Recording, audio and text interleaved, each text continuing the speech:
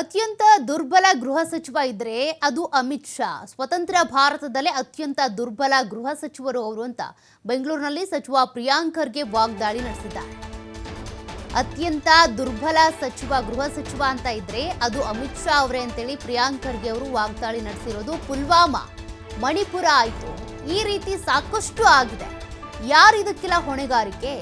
ಪ್ರಧಾನಿ ಯಾಕೆ ಅಮಿತ್ ಶಾಗೆ ಹೆದರುತ್ತಾ ಇದ್ದಾರೆ? ನಮ್ಮ ಗುಟ್ಟು ಹೊರಗೆ ಬರುತ್ತೆ ಅಂತಾನಾ? ಬೇರೆ ದೇಶದಲ್ಲಿ ಆಗಿದ್ರೆ ಗೃಹ ಸಚಿವರು ರಾಜೀನಾಮೆ ಕೊಡ್ತಾ ಇದ್ರು. RSS ನವ್ರು ಎಲ್ಲಿ ಹೋದ್ರು? ಈಗ ಅವರನ್ನ ಗಡಿ ಭಾಗಕ್ಕೆ ಕಳಿಸಿ ಅಂತ ಆಗ್ರಹಿಸಿದ್ದಾರೆ ಸಚಿವ ಪ್ರಿಯಾಂಕ್ ಖರ್ಗೆ ಅವರು.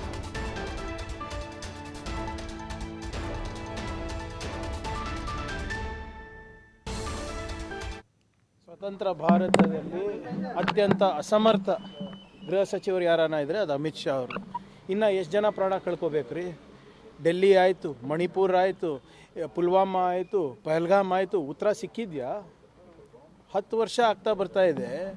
ಈ ಒಬ್ಬ ಗೃಹ ಸಚಿವರಾಗಿ ವೇದಿಕೆ ಮೇಲೆ, ಚುನಾವಣೆ ವೇದಿಕೆಯಲ್ಲಿ ಹೋಗ್ಬಿಟ್ಟು ಭಾಷಣ ಮಾಡ್ತಾರೆ. ಬಾಂಗ್ಲಾದೇಶಿಗಳು ಬರ್ತಾ ಇದ್ದಾರೆ ನಮ್ಮ ದೇಶದಲ್ಲಿ ಅಂದರೆ ಯಾರು ಜವಾಬ್ದಾರಿ? ಇದಕ್ಕೆ ಜವಾಬ್ದಾರಿ ನಾವು ಏನು ವಿರೋಧ ಪಕ್ಷದವರ? ಏನು ಹೊಣೆಗಾರಿಕೆ ಅನ್ನೋದಿಲ್ಲ, ಅಕೌಂಟಬಿಲಿಟಿ ಅನ್ನೋದಿಲ್ಲ. ಮಾತೆತ್ತಿದ್ರೆ ಅಭಿನವ ಸರ್ದಾರ್ ಪಟೇಲ್ ಅಂತ ಹೇಳ್ಕೊತಾರೆ, ಮಾತೆತ್ತಿದ್ರೆ ಚಪ್ಪನ್ ಸೀನಾ ಅನ್ಕೋತಾರೆ. ಇನ್ನು ಎಷ್ಟು ಜನ ಅಮಾಯಕರು ಪ್ರಾಣ ಕಳ್ಕೋಬೇಕು ಇವ್ರು ರಾಜೀನಾಮೆಗೆ? ಏನಕ್ಕೆ ಅಷ್ಟು ಹೆದರಿಕೆ ಅಮಿತ್ ಶಾ ಅವ್ರಿಗೆ ಕಂಡ್ರೆ ಮೋದಿ ಅವರಿಗೆ? ಇವ್ರದೆಲ್ಲ ಗುಟ್ಟಿ ರಟ್ಟಾಗುತ್ತೆ ಅಂದ್ಬಿಟ್ಟ. ಗುಜರಾತ್ ಎಲ್ಲ ಗುಟ್ಟುಗಳು ಇವ್ರದ್ದು. There is a limit for everything. ಜನರ ತಾಳ್ಮೆಯನ್ನು ಪರೀಕ್ಷೆ ಮಾಡ್ತಾ ಇದ್ದಾರೆ. ಈ ಬೇರೆ ಯಾವುದಾದ್ರೂ ದೇಶದಲ್ಲಿರ್ಬೋದು, ಇಷ್ಟೊತ್ತಿಗೆ ಗೃಹ ಸಚಿವರು ರಾಜೀನಾಮೆ ಕೊಟ್ಟು ಹೋಗ್ತಾಯಿದ್ರು. ಇನ್ನು ಎಷ್ಟು ಜನ ನೀವೇ ಹೇಳಿ? ಸಾವಿರಾರು ಜನ ಆಗಲೇ ಇಂಥ ಕೃತ್ಯಗಳಲ್ಲಿ ಜೀವ ಕಳ್ಕೊಂಡಿದ್ದಾರೆ. ಇಂಟೆಲಿಜೆನ್ಸ್ ಫೇಲಿಯರ್ ಆಗ್ತಾಯಿದೆ. ಖುದ್ದಾಗಿ ಹೋಮ್ ಮಿನಿಸ್ಟರೇ ಬಿಹಾರ್ನಲ್ಲಿ ಹೇಳ್ತಾರೆ, ಮಧ್ಯಪ್ರದೇಶನಲ್ಲಿ ಹೇಳ್ತಾರೆ, ಉತ್ತರ ಪ್ರದೇಶನಲ್ಲಿ ಹೇಳ್ತಾರೆ ಬಾಂಗ್ಲಾದೇಶಿಗಳು ಬರ್ತಾ ಇದ್ದಾರೆ ಅಂತ. ಹೆಂಗೆ ಬರ್ತಾ ಇದ್ದಾರೆ? ಯಾರು ಬರ್ತಾ ಇದ್ದಾರೆ? ಯಾರು ಜವಾಬ್ದಾರಿ? ಹೊಣೆಗಾರಿಕೆ ಇಲ್ವಾ ಇವರಿಗೆ? ಏನಾದರೂ ಫಸ್ಟ್ ಅವ್ರು ರಾಜೀನಾಮೆ ಕೊಡಲಿ, ಅದಾದಮೇಲೆ. ಕೇಂದ್ರ ಗೃಹ ಸಚಿವ ಆಗಿರುವಂಥ ಅಮಿತ್ ಶಾ ಅವರ ವಿರುದ್ಧ ಈ ರೀತಿಯಾಗಿ ಪ್ರಿಯಾಂಕ್ ಖರ್ಗೆ ಅವರು ವಾಗ್ದಾಳಿ ನಡೆಸಿರೋದು. ಇನ್ನು ಎಷ್ಟು ದಾಳಿಗಳಾಗಬೇಕು, ಎಷ್ಟು ಬಲಿಗಳಾಗಬೇಕು? ಮಣಿಪುರ ಆಯಿತು, ಈಗ ದೆಹಲಿ, ಹಿಂದೆ ಪುಲ್ವಾಮಾ ಅಟ್ಯಾಕ್ ಆಗಿತ್ತು, ಇತ್ತೀಚೆಗಷ್ಟೇ ಜಮ್ಮು ಕಾಶ್ಮೀರದ ಶ್ರೀನಗರದ ಪಹಲ್ಗಾಮ್ನಲ್ಲಿ ಅಟ್ಯಾಕ್ ಆಯಿತು, ಉಗ್ರರ ಅಟ್ಯಾಕ್.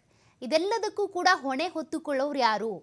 ಕೇಂದ್ರ ಗೃಹ ಸಚಿವ ಅನಿಸ್ಕೊಂಡಿರುವಂಥ ಅಮಿತ್ ಶಾ ಅವರೇನಿದ್ದಾರೆ, ಅತ್ಯಂತ ದುರ್ಬಲ ಗೃಹ ಸಚಿವರು ಅವರು ಅಂತೇಳಿ ಪ್ರಿಯಾಂಕ್ ಖರ್ಗೆ ಅವರು ವಾಗ್ದಾಳಿ ನಡೆಸಿರೋದು. ಕಾರಣ, ಇಷ್ಟೆಲ್ಲ ದಾಳಿಗಳು, ವಿಧ್ವಂಸಕ ಕೃತ್ಯಗಳಾದರೂ ಕೂಡ ಅದರ ತನಿಖೆಯಲ್ಲಿ ಬಂತು.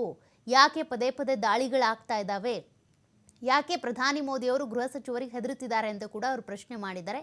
ನಿಮ್ಮ ಗುಟ್ಟೆಲ್ಲ ಹೊರಗೆ ಬರುತ್ತೆ ಅಂತ ಈ ರೀತಿಯಾಗಿ ಮಾಡ್ತಿದ್ದೀರಾ ನೀವು? ಹೊಣೆಗಾರಿಕೆ ಹೊತ್ಕೊಳ್ಳೋರು ಯಾರು? ಇನ್ನೂ ಎಷ್ಟು ಅಟ್ಯಾಕ್ಗಳಾಗಬೇಕು? ಎಷ್ಟು ಬಲಿಗಳಾಗಬೇಕು? ಬೇರೆ ದೇಶದಲ್ಲಾಗಿದ್ದರೆ ಈ ರೀತಿ ಗೃಹ ಸಚಿವರು ರಾಜೀನಾಮೆ ಕೊಟ್ಬಿಡ್ತಾ ಇದ್ರು, ಇವರ್ಯಾಕೆ ಕೊಡ್ತಾ ಇಲ್ಲ ಅಂತ ಕೂಡ ಪ್ರಶ್ನೆ ಮಾಡಿದ್ದಾರೆ.